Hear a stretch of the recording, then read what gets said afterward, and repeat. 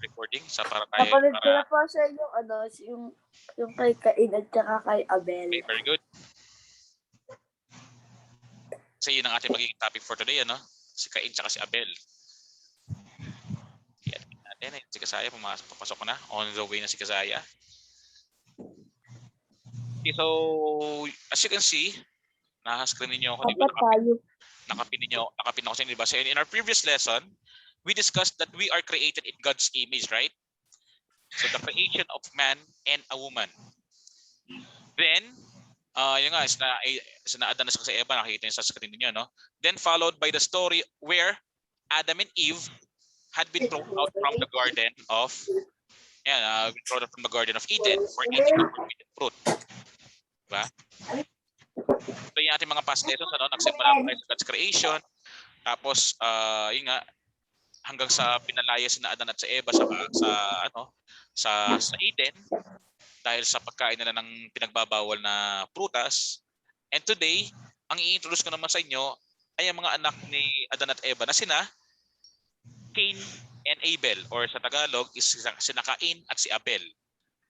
Okay? Cain and Abel in English, Cain at Abel sa Filipino. So sino nga ba sina Cain at si Abel? So, who are Cain and Abel? Anyone would like to share? Diba pinag-research ko pinagpasa ko kaya sabi ko i-research nyo ang buhay ni Cain and Abel. Sa last part ng inyong assignment. Pogs, ano baka makakuha?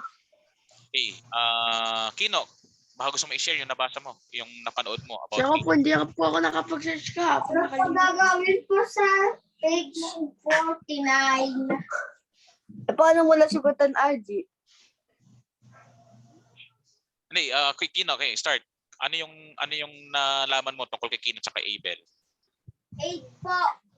8, Pinatay po si Abel. Okay, pinatay si Cain. Sino kumain?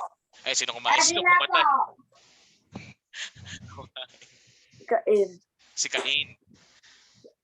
Saan How po about you, sa Tingel? kain? Thank you, Kino. Pa, How about you? Pinatay Tingel, na po Bisaya. dahil po sa pagkainggit. Tama, no? So, ngayon, pag-share screen na ako. Kasi there will be a video.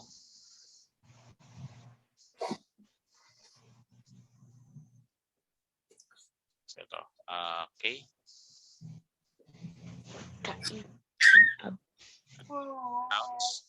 And of course, optimize for the video. Okay, please, bit na muna kayo. I want you to relax muna and watch. Okay? Can you hear? Narinig nyo, di ba? Opo, malakas nga po eh. Hinaan nyo na lang, thank you.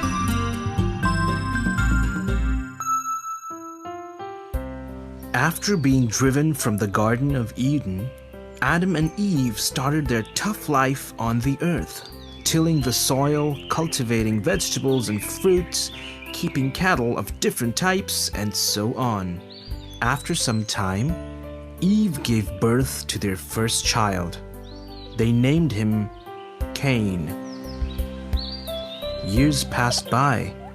Now Cain has got a little brother too. His name was Abel. Both grow bigger, helping their parents in farming.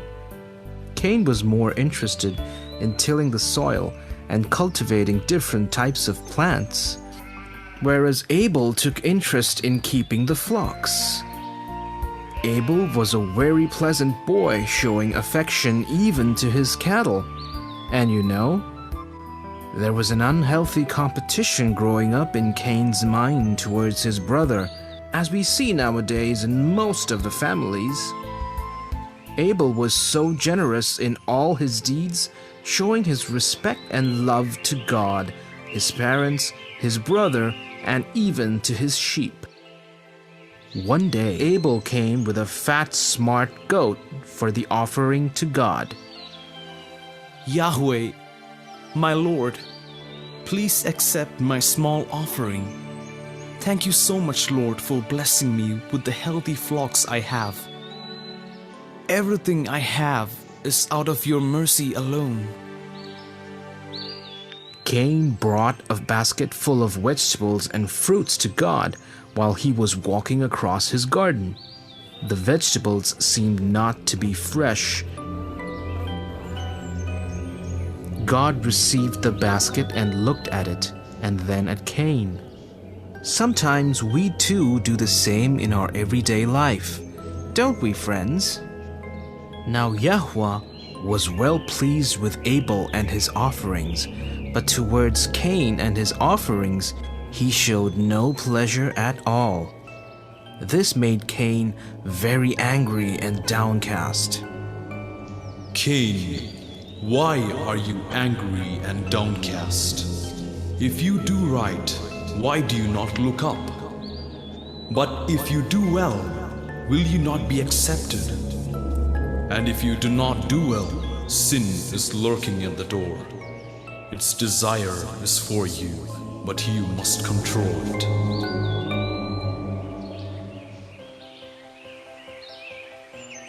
Abel, come on, let's go to the fields. I will show you something that is very interesting. They both went walking. Once they reached a no man's land, do you know what happened? Oh, my Lord! Help! Please help me, oh brother! Don't do this to me! Why are you doing this to me? Please don't kill me! Don't kill me, please! Yes, he's dead. Yeah, finally my biggest enemy is gone forever. Oh, I am in peace now. I am in peace.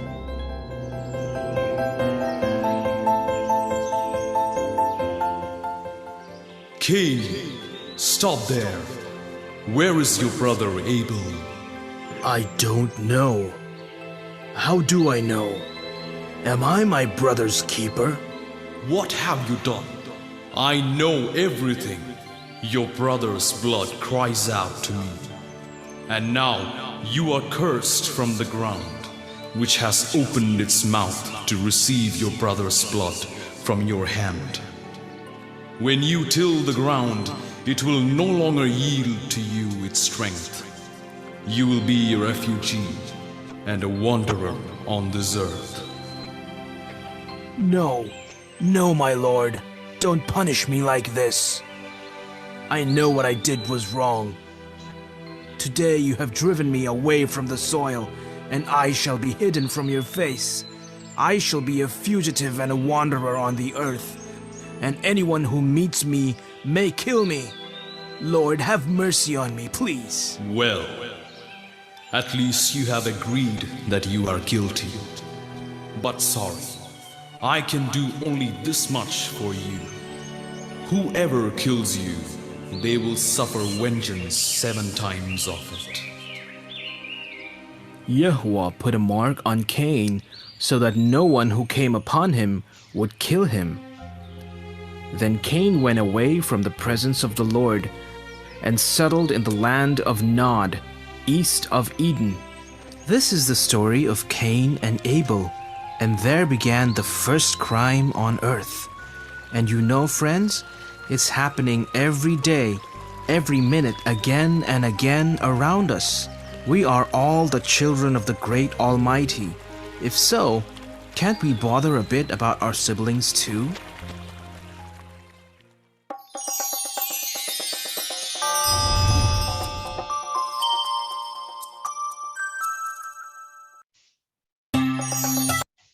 Okay. So yun ano. Sinapa din nyo. Yan pala yung kwento ni Cain at saka ni Abel. The story of Cain and Abel. Yan. So, pinakikita dun ano, na it is a story of the first crime. Okay? Ito yung krimen na ginawa ni Cain. So, siya yung lalaki na pumatay sa sarili niyang kapatid. Diba? So, Cain and Abel, both of them offered sacrifice to God. Diba? Pinakita sa story. So, si Abel ang inialay niya ay yung bagong silang na tupa. Okay? And then si Cain naman, anong inialay ni Cain? Pugutas. Prutas, di ba? Kaya lang, ano yung prutas at gulay niyang na ini-offer ay Mga bulok. mga bulok na, yun, di ba? Nangangamoy na nga siya, nilalangaw na. So, siyempre, God was pleased, God was pleased with Abel's sacrifice, but not with Cain's. Di ba? So, God did not accept Cain's gifts. Kayo naman, kahit naman siguro kayo, no? Halimbawa, may mag-o-offer sa inyo, magbibigay sa inyo. Tatanggapin niyo ba yung mga prutas na malapit ng mabulok? Di ba? O kaya, halimbawa, brown na. Kung saging man siya, color brown na. Yung tipo bang may amoy na. So, sa ganun nga nangyari, di ba? Tinanggap ng Panginoon yung offer ni Abel, pero yung kay Cain hindi. Nagkaroon ngayon ng pagselos. Nagselos ngayon si Cain kay Abel. So Cain resented the fact that God had not accepted his gifts. Pero tinanggap naman ng Panginoon yung alay ni Abel. So feeling niya, it's not fair. Diba? Hindi fair para sa kanya yon. O kaya naman, kinausap ni Cain ng Panginoon. Kinausap si Cain ng Panginoon, no? So sabi dito, why are you so resentful and crestfallen? Diba? Okay, please continue to read na lang. Let's go for CJ. Okay, God spoke to Cain. Please read. The God spoke to Cain. Why are you so resentful and crestfallen? If you do well, you can hold up your head. But if not, sin is a demon lurking at the door. His urge is toward you, yet you can be his master. Yan, no? So sa Tagalog nga, thank you CJ. So natanong ng Panginoon, bakit galit? Bakit nalulungkot? Diba? Kung gagawa ka ng mabuti, dapat naka-heads up ka, di ba? Kung halimbawa naman, kung hindi ka lang gagawa ng mabuti, so nandun yung yung sin, yung kasalanan, na handang sugurin ka. Yan, demon is lurking at the door. Handa ka sugurin. Pero, ang Panginoon, dapat ikaw ang makapangyayari sa kanya. Dapat mas higit ka makapangyarihan kaysa doon sa kasalanan na yan. Kaya mo pang kontrolin yan. So dito, God was urging Cain to struggle against the tendency to sin that he felt himself. Sabi ng Panginoon nga, you can be the master of sin. Dapat makapangyari ka sa kanya. Yun. Cain can grow and can become wiser and better person. Pero, yun nga, si Cain kasi, Cain had given into jealousy and envy. Diba? Nagkaroon siya ng pagkaselos at nagkaroon siya ng pagkainggit. Jealousy and envy. So, hindi niya sinunod. No? He did not follow God's advice. Diba? Hinayaan niyan lumaki ang kanyang pagkaselos at inggit na nararamdaman para kay Abel or kay Abel. At sa bandang huli nga, humantong si Cain sa pagpatay sa kanyang kapatid na si Abel. So itong ginawa ni Cain na to, no? Seryosong bagay ito. So seryoso ang kasalanan na gawa ni Cain. Ito ang tinatawag nating mortal sin. Okay? So Cain killed his brother with full knowledge. Ang isang kasalanan para maging isang mortal sin, kailangang ma-meet ang tatlong conditions, So first, it must be committed with full it must be a grave matter, sorry. So pagpatay, it's a grave matter. Second, it must be committed with full knowledge. Aminado naman si diba? Alam niya yung ginagawa niya. And the third, it must be committed with full consent. Yan. So I hope that you have your CLE notebooks with you there, and I hope you're writing this down, okay? Anyway, this class is recorded.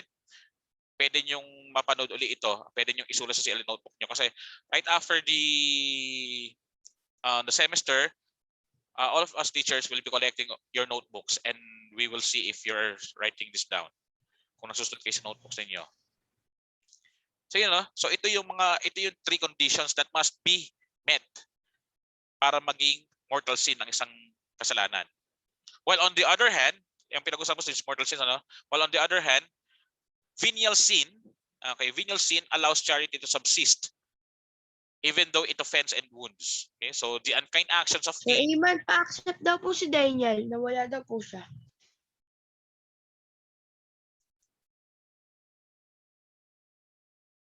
Okay, so on the way na.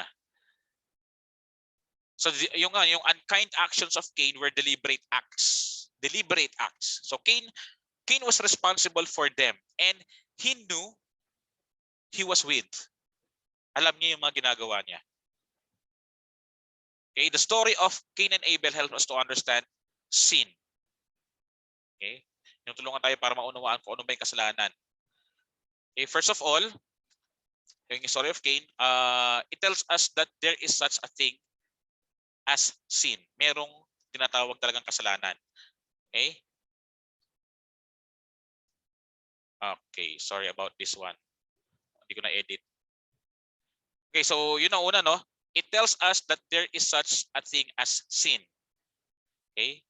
Pangalawa, ang kwento ni Cain at Abel ay nagsasabi sa atin na ang kasalanan ay nagmumula sa ating puso.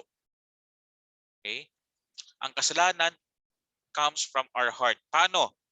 Kasi yung sa kwento nga nung ni Cain at Abel, Cain expressed what was in his heart, di ba? Nakaramdam siya ng selos at pagkaingit. At yun in-express niya, inilabas niya yung kanyang nararamdaman, nagawa niyang patayin ng kanyang kapatid. See? So nagmula pala sa puso. So walang sino man ang pumilit o nag-utos sa kanya.